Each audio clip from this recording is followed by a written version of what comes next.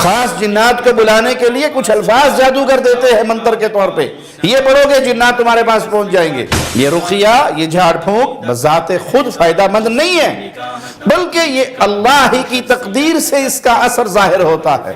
کفر و شرک کے چلے کرنا، قبروں کی پوجا کرنا، اکثر آپ کو یہ کہیں گے جاؤ آپ کا کام ہو جائے گا، اتنے من گوشت قبرستان میں پھینک دو، کالا بکرا ذبح کر کے قبرستان میں پھینک دو، وہ جنات کی عبادت ہے۔ مولوی کو تو یہ پتا ہے موٹی سامی ہے تو اتنے پیسے مل جائیں گے، ماڑا بندہ ہے تو وہ تھوڑا بٹر کھا دے گا۔ ہر لمحہ قرآن اور سنت کا ترجمان، فضیلت الشیخ توصیف الرحمن۔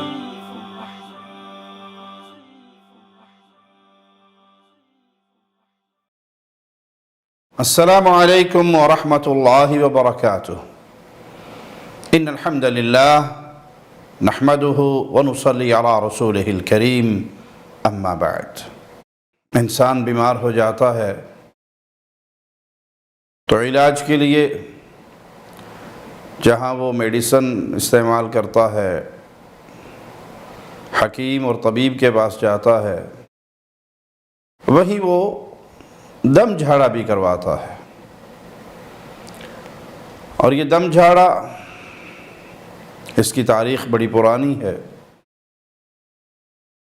یہ دو قسم کا ہے، ایک جائز اور ایک ناجائز۔ جو شرک سے خالی ہو، جس میں غیر اللہ کو پکارا نہ جائے، غیر اللہ سے مدد نہ مانگی جائے، ملائکہ سے، انبیاء سے، صالحین سے، یا بعض لوگ جنات سے ان کو پکارتے ہیں، ان کا نام لے کے دم جھاڑا کرتے ہیں۔ اگر شرک سے خالی ہے، قرآن پڑھا ہے، قرآن پڑھ کے دم کیا ہے، یا اللہ کے ناموں کے ذریعے اللہ کو پکارا ہے، اللہ سے مدد مانگی ہے، یا نبی کریم صلی اللہ علیہ وسلم کی سکھائی ہوئی دعائیں ہیں، وہ پڑھ کر کسی کو دم کیا ہے، تو یہ جائز ہے، اس میں کوئی حرج نہیں۔ پیارے نبی صلی اللہ علیہ وسلم کا فرمان صحیح مسلم میں سیدنا عوف بن مالک سے روایت ہے، وہ کہتے ہیں ہم جاہلیت میں دم جھاڑا کیا کرتے تھے، تو ہم نے عرض کیا اللہ کے نبی صلی اللہ علیہ وسلم، اس رقیے کے بارے میں آپ کیا فرماتے ہیں جو ہم اسلام سے پہلے دور جاہلیت میں کیا کرتے تھے؟ تو آپ علیہ السلام نے فرمایا اعرضوا علی رقاکم لا بأس بالرقا ما لم تکن شرکا۔ اپنی جھاڑ بھوک مجھے سناؤ، وہ کیا تھے، کیا الفاظ تھے، کیا کہا کرتے تھے، وہ مجھ پر پیش کرو۔ ایسی جھاڑ پھونک میں، ایسے دم میں، دم جھاڑے میں کوئی حرج نہیں، ما لم تکن شرکا، جب تک اس میں شرک نہ ہو۔ اب آپ سوچئے کہ اسلام سے پہلے جو زمانہ جاہلیت میں دم جھاڑا ہوتا تھا، نہ تو وہ قرآن تھا، نہ وہ احادیث مسنونہ تھی، وہ اپنے طور پہ جو بھی دم کرتے تھے، بخار میں، مرگی میں، کسی اور مرض میں، جنات میں، کسی مسئلے میں، تو آپ صلی اللہ علیہ وسلم نے کیا فرمایا؟ مجھے وہ سناؤ، مجھ پر وہ پیش کرو۔ اگر تو اس میں شرک ہے، اگر تو جنات کو پکارا گیا ہے، بتوں سے، مردوں سے مدد مانگی گئی ہے، غیر اللہ سے مدد مانگی گئی ہے، پھر تو وہ جائز نہیں۔ تو اگر اس میں شرک نہ ہو پھر وہ جائز ہے، پھر اس میں کوئی اختلاف نہیں۔ تو اگر زمانہ جاہلیت کا دم جھاڑا ہو شرک سے خالی، وہ جائز ہے، تو اسلام میں قرآن حکیم کی کسی آیت کو پڑھ کے دم کیا جائے، یا کوئی مسنون دعا پڑھ کے دم کیا جائے، یا اپنے الفاظ میں جنات کو ڈرا کر دھمکایا جائے کہ نکل جاؤ، بھاگ جاؤ، چھوڑ دو، ورنہ تیرے لیے میں دعا کروں گا اللہ تجھ پہ کوئی عذاب نازل کر دے گا، معاملہ اللہ سے ہی جڑا ہوا ہو، شرک سے پاک ہو، تو وہ جائز ہے۔ بعض لوگ اس مسئلے میں بڑی شدت کرتے ہیں، جی آپ جو یہ فلاں آیت کا تکرار کر رہے ہیں اور اس کو اتنی بار پڑھ رہے ہیں، تو اس کی دلیل کیا ہے؟ بھائی دلیل صحیح مسلم کی یہ روایت ہے، لا بأس بالرقا ما لم تکن شرکا، اگر شرک نہیں ہے تو وہ رقیہ درست ہے. غیر قرآن سے رقیہ ہو، شرک سے خالی ہو تو جائز ہے. اور جہاں قرآن پاک کی آیات کو پڑھ کر یا کسی خاص آیت کو خاص تکرار کے ساتھ پڑھ کر، تو قرآن تو ہے ہی شفا، اللہ نے اس کو شفا بنا کر اتارا ہے، تو ہم اس شفا سے فائدہ اٹھا رہے ہیں. شہد شفا ہے، چاک لیجئے، پی لیجئے، پانی میں ڈال کے استعمال کر لیجئے، استعمال کے طریقے ہیں. شہد میں شفا ہے. اسی طرح قرآن حکیم ہے، کسی بھی آیت سے آپ کو کسی مسئلے میں فائدہ ہو رہا ہے تو وہ بالکل بالاولیٰ جائز ہے. اگر زمانہ جاہلیت کے دم جائز ہیں، شرک سے خالی ہو، تو قرآن کا دم، اللہ کے پیارے ناموں کا دم، یہ وظائف، یہ بالاولیٰ جائز ہے. علامہ سیوطی رحمہ اللہ فرماتے ہیں دم جھاڑ کے جائز ہونے پر علماء کا اتفاق ہے، بشرطی کہ اس میں 3 شرطیں پائی جاتی ہوں. پہلی یہ کہ وہ دم جھاڑ، وہ جھاڑ پھونک اللہ کے کلام سے کی جائے، وہ دم اللہ کے کلام سے کیا جائے، وہ رقیہ اللہ کے کلام سے کیا جائے، یہ اللہ کے اسماء و صفات کے ذریعے کیا جائے، اور وہ عربی زبان میں ہو، یعنی اس کا معنی و مفہوم سمجھا جا رہا ہو، غیر مفہوم الفاظ نہ ہوں. آپ اپنی زبان میں بھی دم کرتے ہیں تو وہ الفاظ غیر مفہوم نہ ہو، مبہم نہ ہو، کیونکہ مبہم الفاظ میں خاص جنات کے لیے کوڈ ورڈ ہوتے ہیں. خاص جنات کو بلانے کے لیے کچھ الفاظ جادوگر دیتے ہیں منتر کے طور پہ، یہ پڑھو گے جنات تمہارے پاس پہنچ جائیں گے. وہ جنات سے مدد لینے کے لیے کوئی منتر نہ ہو، بلکہ صاف واضح الفاظ میں، مفہوم انداز میں آپ سمجھ رہے ہیں اس کو کہ اللہ کو پکارا جا رہا ہے یا اللہ کے نام سے اس جن شیطان کو ڈرایا جا رہا ہے، تو اس میں کوئی حرج نہیں. ساتھ یہ اعتقاد بھی رکھا جائے کہ یہ دم، یہ رقیہ، یہ جھاڑ پھونک بذات خود فائدہ مند نہیں ہے، بلکہ یہ اللہ ہی کی تقدیر سے اس کا اثر ظاہر ہوتا ہے. یہ ایک سبب ہے، شفا اللہ کے ہاتھ میں ہے، بطور سبب ہم یہ اختیار کر رہے ہیں. جیسے گولی کھاتے ہیں، انجیکشن لگواتے ہیں، ڈرپ لگواتے ہیں، سبب ہے، گولی میں تو شفا نہیں ہے، اللہ کے حکم میں شفا ہے. اسی طرح ہم یہ دم کر رہے ہیں، اس میں شفا نہیں، بلکہ شفا اللہ کے حکم میں ہے، اللہ سے مدد مانگی جا رہی ہے اس کے ذریعے، اور اللہ اپنی رحمت سے اس کو شفا عطا فرما دے. اور اس دم جھاڑے کی کیفیت کیا ہے کہ آپ پڑھ کر مریض پہ پھونک مار دیں یا پانی پہ دم کریں. اکثر لوگ سوال کرتے ہیں جی کھانے پینے کی چیزوں پر تو پھونک مارنے سے منع کیا گیا. وہ ہے کہ گرم کھانا ہو، آپ اس کو ٹھنڈا کر کے کھا رہے ہیں اور ٹھنڈا کرنے کے لیے پھونکے مار رہے ہیں، تو اسلام نے اس سے منع کیا ہے. لیکن نفذ کرنا، ایسی پھونک جس میں تھوک کے تھوڑے سے ذرات ہو، قرآن پڑھ کے نفذ کرنا مریض پر، پانی پر، زیتون کے تیل پر، کلونجی کے دانوں پر، شہد پر، کسی بھی چیز پر، اور وہ مریض کو استعمال کروانا، اس میں کوئی حرج نہیں. دم جھاڑے کی دوسری کیفیت غیر شرعی ہے، یعنی اس کے اندر شرک کی آمیزش ہو. اس سے مراد غیر اللہ سے مدد مانگی جا رہی ہو، غیر اللہ سے دعا کی جا رہی ہو، اس سے فریاد کی جا رہی ہو، اس سے پناہ مانگی جا رہی ہو. جیسے جنات کے ناموں کو یا فرشتوں کو یا انبیاء کو، صالحین کو، ان کو پکارا جائے اور ان کے نام سے پکار بلند ہو اور ان سے مدد مانگی جائے. بعض جادوگر جنات کو پکارتے ہیں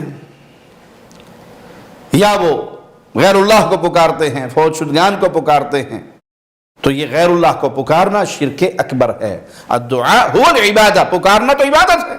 اللہ کو پکارو گے تو اللہ کی عبادت، غیر اللہ کو پکارو گے تو غیر اللہ کی عبادت.